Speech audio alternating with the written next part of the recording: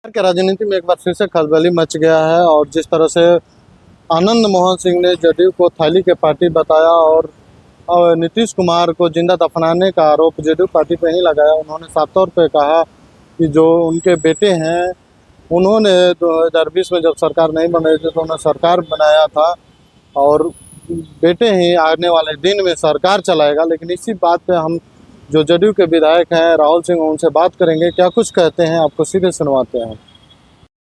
तो जिस तरह से देश में क्रूड ऑयल का क्राइसिस बढ़ा हुआ है उसको देखते हुए बिहार के मुख्यमंत्री लड़कियों के लिए बड़ा उपहार दिए हैं। स्कूटी पे 12,000 अनुदान देने की बात कही है और कार पे 1 लाख अनुदान देने की बात कही है। किस तरह से इलेक्ट्रिक व्हीकल्स पे जो ये अनुदान की बात हो रही वो निश्चित तौर पर एक अच्छा प्रयास है, लोगों को प्रमोट करने के लिए किया जा रहा है।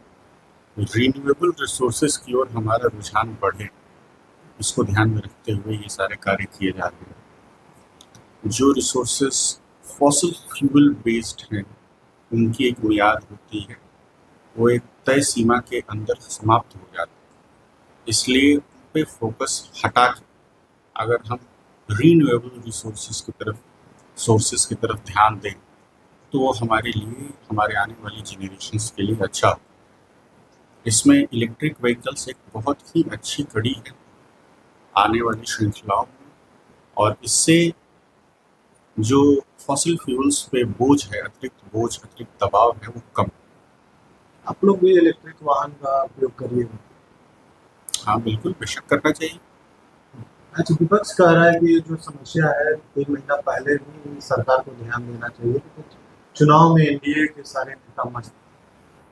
अब विपक्ष तो चुनाव में क्या घर बैठा हुआ था, इसलिए हार गया। अच्छा, आनंद मोहन जी का एक बयान आया है, उन्होंने कहा है कि जदयू नीतीश कुमार को दफनाया गया है जिंदा। ये उनका बयान, इस पर मैं क्या प्रतिक्रिया दे सकता हूँ। बड़े नेता हैं, उनके बयानों पर मेरे जैसे बिगिनर को प्रतिक्रिया नहीं देनी चाहिए। कि जदयू एक फैली की पार्टी हो गई है। बड़े नेताओं के बयानों पर मैं प्रतिक्रिया नहीं देता। उन्होंने साफ तौर पे कुछ भी बोलने से मना किया। उन्होंने कहा कि बड़े नेता हैं, उन पे बोलना हम उचित नहीं समझे। लेकिन सवाल तो खड़ा हो ही गया कि जदयू में जिस तरह से अंदर अंदर खलबली मच गई है उनके बयान से, लोग कह रहे हैं कि जदयू में वो नहीं आधिकारिक तौर पे, तो उनके बयान का कोई मतलब ही नहीं है। लेकिन ये चर्चाएं हो रही है, कोई कह नहीं रहा है कैमरा पे आके। देखिए राहुल सिंह ने, उन्होंने साफ मना किया। उन्होंने बोला कि बड़े विधायक हैं, हम नहीं बोलेंगे। लेकिन देखना होगा कि किस तरह से जदयू में इस बयान को, घटना चक्र को लोग देख रहे हैं। हम आपको दिखाते रहेंगे। बाकी ऐसे तमाम खबरों के लिए बने रहे हमारे साथ।